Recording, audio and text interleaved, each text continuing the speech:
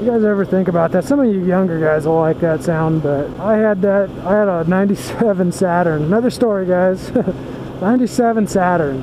I lived in Las Vegas, Nevada at the time when I was going to college, and I'd commute from Las Vegas to Kingman, Arizona. You guys want to look that up on a map? It's a little nowhere town. You might be familiar with it. If not, you're not missing much. Just blink your eye and drive right through it. It was about 120 miles, I think, was the commute one way. And having an exhaust like that on the highway, it's horrible.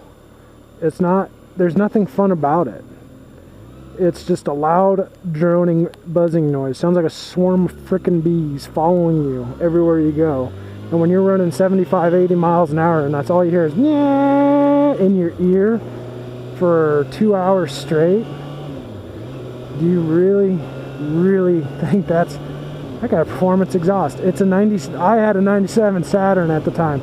Yeah, performance exhaust, woohoo. And looking back at it, it was still a 97 Saturn. You know, I could have spent the thousands of dollars on a Gretty exhaust system, header, you know, titanium all the way back. It's still a 97 Saturn. The point I'm getting at, guys, not the fact that it's a cheap car and it's not worth the exhaust. Well, it was a cheap car, guys, and it wouldn't be worth the exhaust system to put on it, because, I mean, who's pimping out 97 Saturns other than this guy? It just, I don't know, it was a motovlog I came across the other day from Hermit the Vlog.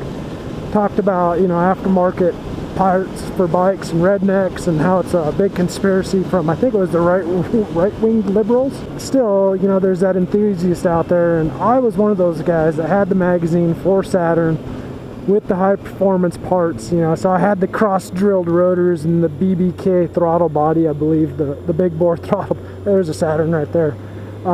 Anyway, I had the big bore throttle body, the cold air intake, the performance exhaust on it, and I went to the track with my Saturn, and I started off running it stock, you know, just see what baseline was for stock, and it ran, I believe, 17.59 at like 76 miles an hour, so 1 mile an hour faster than the speed limit on an interstate.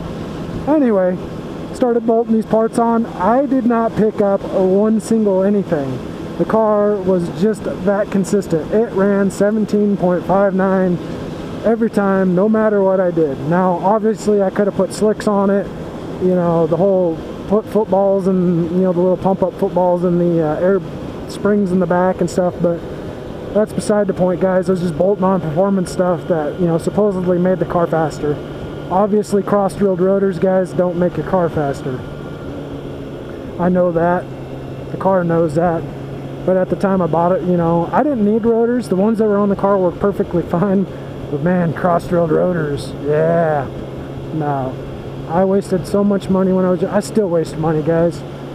And I'm always doing odd and end things. But nowadays, as I get older and use the internet more than I did when I was younger, I do the research, which is maybe a point to the story, is to research what you're purchasing and see what it does. What's the benefits of buying whatever it is that you may be buying, whether it be something for your house, your car, your bike, whatever.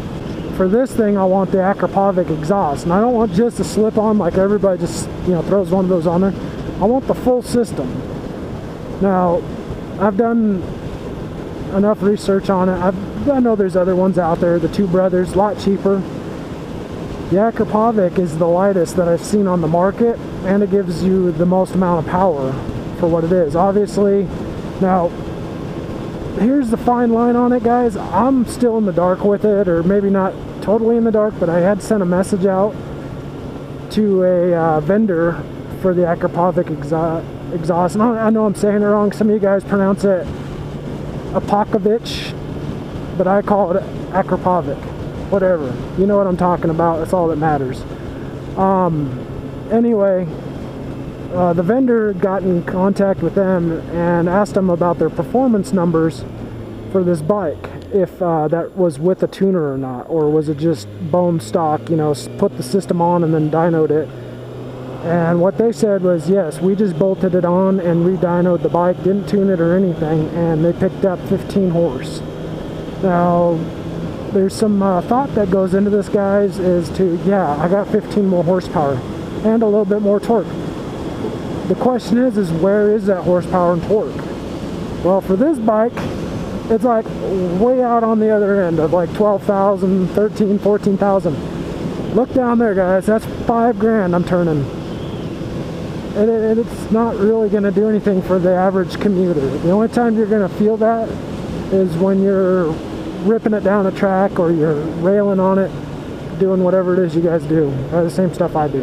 Anyway, to loop this all back into my 97 Saturn with cross-drilled rotors and blah, blah, blah, research your investments, guys, or your accessories before you buy them, because you could be just wasting your money. I mean, this bike right here runs pretty damn well for stock.